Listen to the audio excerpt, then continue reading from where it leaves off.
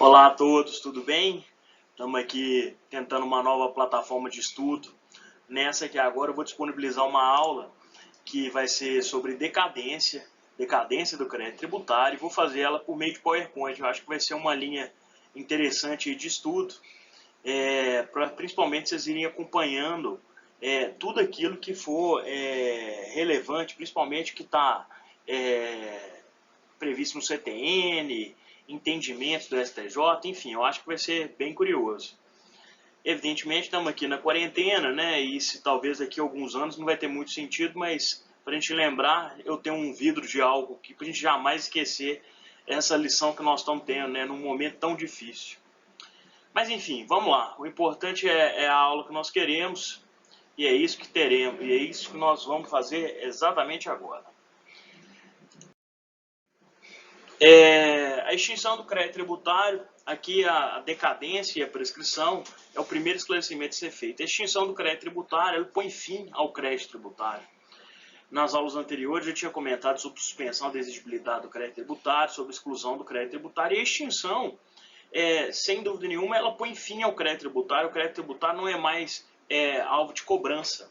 No caso, o crédito tributário, a grande forma de extinção do crédito tributário, sem dúvida nenhuma, é o pagamento. Mas, juntamente com o pagamento, você tem outras formas. Por exemplo, o CTN fala lá em consignação do pagamento, ou fala no pagamento antecipado no lançamento por homologação, ou fala na extinção decorrente de processo administrativo, de processo judicial, enfim, ou da conversão do depósito em renda. São inúmeras hipóteses que são lá elencadas. No caso aqui agora, nós vamos nos dedicar para a decadência. A decadência é a grande forma aí de nós pensarmos ou de estudarmos agora, nesse momento, o crédito tributário. Eu já comentei em algumas aulas que a diferença de decadência e prescrição, pelo menos no direito tributário, é muito clara, porque no direito tributário a decadência é sobre a perda do direito de lançar e a prescrição é sobre a perda do direito de cobrar. Talvez no direito civil, e aqui me perdoem meus amigos civilistas, a decadência não tenha tanta clareza, mas aqui no direito tributário ela assim, fica estampada, assim, a delimitação da existência da decadência. O fisco tem que constituir o crédito tributário, essa pelo menos é a regra lá do 142. Nós sabemos que no lançamento por homologação acaba o contribuinte assumindo o dever de constituir o crédito tributário, mas vamos aqui pensar dentro de uma lógica que o lançamento é um ato privativo da administração pública, e no caso a administração pública deve constituir o crédito tributário. Ou seja, aqui o prazo flui contra a administração pública. Se ela pega e não exerce o direito de constituir o crédito tributário, você tem a decadência. Então é um prazo, é uma limitação temporal que fala o seguinte, ou a administração pública age e faz o lançamento do crédito tributário, ou então ela perde esse direito de lançar. Constituído o crédito tributário, e aí você tem por diversas formas, seja pelo lançamento por homologação, seja pelo lançamento de ofício, enfim, pode chegar num ponto da constituição definitiva, que aí vai ser uma situação seguinte, que nós vamos falar não mais em lançamento, nós vamos falar agora em perda do direito de cobrar, que seria prescrição. Então a distinção de um e outro aí fica o seguinte: a decadência atinge o direito de lançar. Então, ocorreu o fatirador de tributo, o fisco de alguma maneira tem que agir para constituir aquele crédito tributário. Se ele não constituir aquele crédito tributário, ocorre a decadência. Na prescrição é o momento seguinte.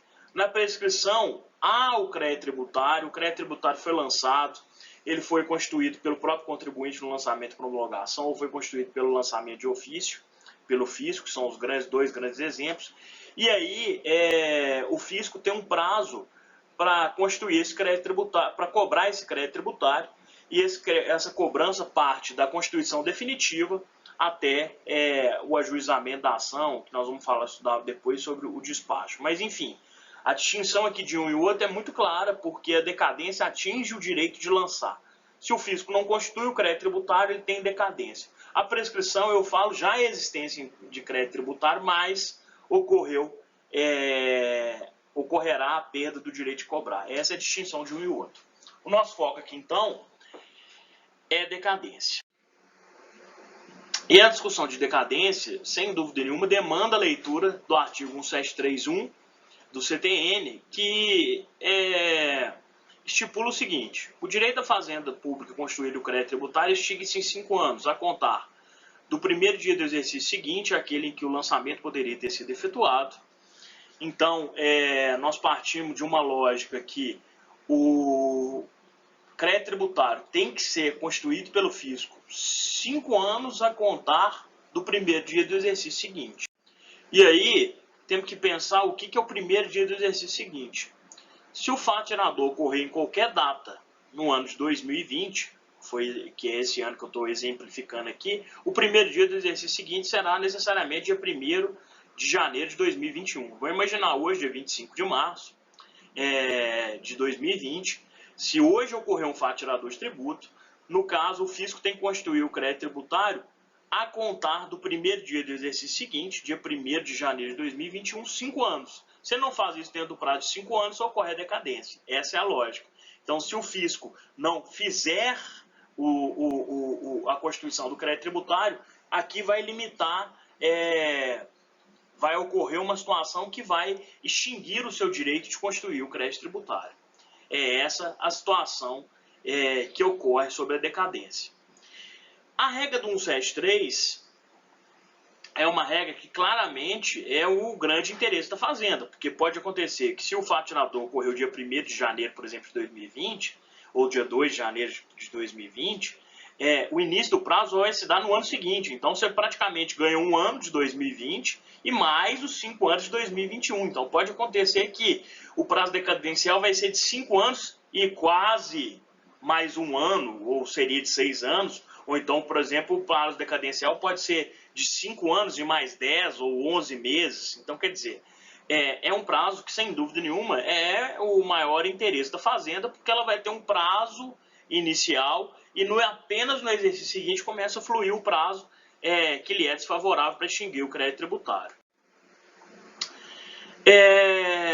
A outra regra da decadência, e que nós vamos fazer o contraponto da regra do 173 da regra do 150, parágrafo 4, é a regra do 150 que está dentro do tópico de lançamento por homologação. No caso, o parágrafo 4, que diz o seguinte: se a lei não fixar prazo à homologação, será ela de 5 anos a contar da ocorrência do fato gerador. Expirado esse prazo sem que a Fazenda Pública se tenha pronunciado, considera-se homologado o lançamento e definitivamente extinto o crédito tributário, salvo se comprovada a ocorrência de dolo, fraude ou simulação. Então vejam que aqui a regra, ela estipula que o início do prazo é a partir do fato gerador de tributo, e não do primeiro dia do exercício seguinte. Então, o exemplo que eu trouxe para vocês anteriormente, imaginemos que o fato gerador ocorreu dia 25 de março, o início do prazo decadencial é dia 26 de março, não é? E não dia 1º de janeiro do exercício seguinte. Então, certamente, essa contagem de prazo é uma contagem de prazo que favorece o contribuinte. Então, depois se você quiser estudar aí para facilitar, eu acho que é importante começar o início do prazo, e aí você pega e vai fazendo uma régua delimitando o primeiro ano, não é? Você pega da regra do 150, parágrafo 4, e do primeiro dia do exercício seguinte, você vai ver claramente que vai ter uma distinção do início de prazo que vai ser fundamental para a discussão sobre decadência. E esse é o ponto de distinção de uma regra de outra, mas nós já partimos de uma premissa. A regra do 150, parágrafo 4, é uma regra que favorece o contribuinte. E a regra do 173, inciso 1, sem dúvida nenhuma, é uma regra que vai favorecer o fisco. E aí você vai ter um conflito de interesses, claramente você vai ter uma interpretação que vai se chocar para dizer, é a regra do 173 ou é a regra do 150, parágrafo 4? E aí o STJ foi chamado para esclarecer. Basicamente, o STJ fixou o entendimento que há uma boa-fé do contribuinte se houver o pagamento parcial. E aí, vai aplicar a regra do 150, parágrafo 4, que é benéfica ao contribuinte, desde que haja esse pagamento parcial e se não houver dolo, fraude ou simulação. Evidentemente, esse pagamento parcial, você não tem uma definição de qual seria o percentual, mas basicamente o contribuinte constituiu o crédito tributário e pagou. Parte de um pressuposto que ele não constituiu o crédito tributário integralmente, evidentemente, né? Ou seja, ele era devedor de crédito tributário e constituiu ali 10, 20% do total que ele deveria. mas esses 10, 20% que ele constituiu, ele foi lá e fez o pagamento do crédito tributário, aquilo configura hipótese de pagamento parcial. Não incorrendo o contribuinte em hipótese de dolo, fraude ou simulação, e essa discussão vai partir lá principalmente do lançamento de ofício, que o fisco vai ter que apontar que o contribuinte agiu com dolo, fraude ou simulação, é possível defender a regra do 150, parágrafo 4, que é uma regra que beneficia o contribuinte. Se porventura ficar configurado dolo, fraude ou simulação, imediatamente remete à regra do 1731, não é possível aplicar a regra do 150, parágrafo 4. Então nós podemos sistematizar que, para aplicar a regra do 150, parágrafo 4, é necessário que haja o pagamento parcial, e se não houver dolo, fraude ou simulação, também é possível aplicar a regra do 150, parágrafo 4. Tá ok? Tranquilo? Estou falando um pouco rápido, evidentemente, para tentar aqui o vídeo não ficar prolongado demais, até para a gente depois disponibilizar em várias plataformas. Mas depois volta com um pouco mais de calma, lendo os artigos, que vocês vão ver que tudo isso que eu estou dizendo, pelo menos acredito eu, que vai fazer todo sentido, tá ok? Vamos lá, dando continuidade. Ainda na regra do, se o 150 parágrafo 4 dependia de pagamento parcial, agora nós temos a regra do 1731. No caso, o contribuinte não colaborou, não agiu de boa fé, ele não declarou crédito tributário e evidentemente não fez o pagamento do crédito tributário. Ou então, mesmo que ele tenha declarado, ele não fez o pagamento, então não tem pagamento parcial. E evidentemente, se ficar configurada a hipótese de dolo, fraude ou simulação, necessariamente é a regra do 1731, que vai começar o prazo no primeiro dia do exercício seguinte. Então o STJ sistematizou as regras do 1731 e do 150, parágrafo 4, e o contribuinte e o fisco vão debater se ocorrido hipóteses para justificar a defesa de um e outro. Basicamente, esse é o cenário. O entendimento no STJ, e aí esse aqui vale a pena chamar a atenção, que nos casos de compensação de crédito indevido, é caracterizado o pagamento parcial ou menor. Logo, é possível defender a aplicação da regra do 150, parágrafo 4. Imaginemos uma discussão lá de ICMS ou de PIS e COFINS, que o contribuinte utiliza-se lá do direito à não cumulatividade, ele faz o aproveitamento do crédito, diminui o débito, diminui o tributo que tem que pagar, e aí ele pode sim buscar a defesa numa possível exigência, no possível lançamento de crédito tributário do 150, parágrafo 4, alegando que esse creditamento é sim caracterizado como um pagamento parcial ou pagamento menor, e aí eu posso justificar a regra do 150, parágrafo 4. Talvez isso aqui um pouquinho mais difícil de compreender, mas vamos tentar sistematizar um pouco. Existem tributos, como o ICMS, que o contribuinte faz a apuração de crédito e faz a acumulação de débito. Então ele vai lá e se aproveita dos créditos recolhidos na etapa anterior. Evidentemente, para quando ele fizer a saída do produto, ele pegar esse crédito e diminuir o tributo a ser pago. Imaginemos que ele foi lá e se creditou, diminuiu o tributo a ser pago, e aí algo foi pago. Falou assim, existiu ainda um débito que foi pago. Nesse caso, para o entendimento do STJ, isso configura o pagamento a menor. Então esse creditamento aqui, por si só, ele ter sido feito, ele ter sido glosado pelo fisco, não desconfigura a hipótese de pagamento parcial. Pode até ser que haja discussão de dolo, fraude ou simulação que vai recair na regra do 1731. Mas se não ficar apurada a hipótese de dolo, fraude ou simulação, pode o contribuinte defender que houve pagamento menor, afinal ele se creditou, teve débito, mas ele pagou algum débito. E ele, por pagar algum débito, nessa saída que ele realizou, ele pode pedir a defesa, ou ele pode pleitear a defesa do 150, parágrafo 4. Essa é a lógica. Aí aqui eu coloquei um trecho de um julgado recente do STJ, que ele trata que o prazo decadencial do tributo sujeito a lançamento por homologação inexistindo a declaração prévia de débito, sem a constatação de dolo, fraude ou simulação do contribuinte tendo início no primeiro dia do exercício seguinte, é a regra do 1731, e ocorrendo o pagamento parcial, o prazo decadencial para o lançamento suplementar é de 5 anos a contar do fato tirador, conforme regra do 150, parágrafo 4º, a regra mais favorável ao contribuinte. Essa corte consolidou esse posicionamento, segundo o qual, para efeito de decadência, o direito de lançamento do crédito tributário, o creditamento indevido equipara-se pagamento a menor. Foi isso que eu acabei de explicar. Se você anotar isso no papel, você vai conseguir compreender, lembrando da questão da não cumulatividade, de creditamento de débito, e aí, se porventura o fisco anula esse creditamento que foi feito, quando ele faz a exigência do crédito tributário, pode o contribuinte dizer que é aplicável a regra do 150, parágrafo 4º. Ok? Vamos lá.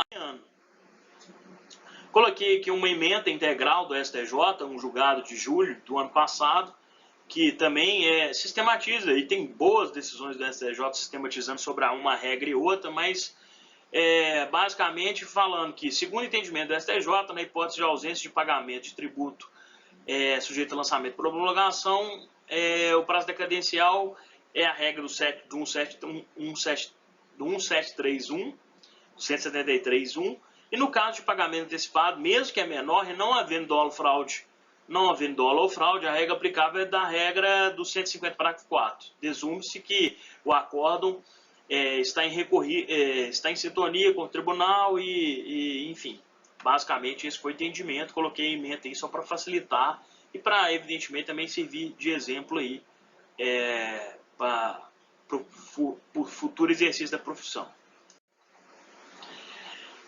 Chama atenção para o tema 903 de recurso repetitivo, que o STJ esclareceu que a notificação do contribuinte para o recolhimento de IPVA perfectibiliza a constituição definitiva do crédito tributário, iniciando o prazo prescricional para execução fiscal no dia seguinte à data estipulada para o vencimento da exação. Isso aqui tem que tomar cuidado, e aí talvez exija um pouquinho de reflexão, porque nos tributos cujo lançamento é direto, e aí, sem dúvida nenhuma, o IPVA e o IPTU são grandes exemplos, quando o fisco faz a notificação de lançamento, já manda aquela cartinha para cobrança, o boleto, ali já tem a constituição do crédito tributário.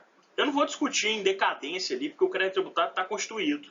O que eu ali vou falar é em constituição definitiva, e quando eu falo em constituição definitiva, eu não mais falo em decadência, eu falo, na verdade, em prescrição.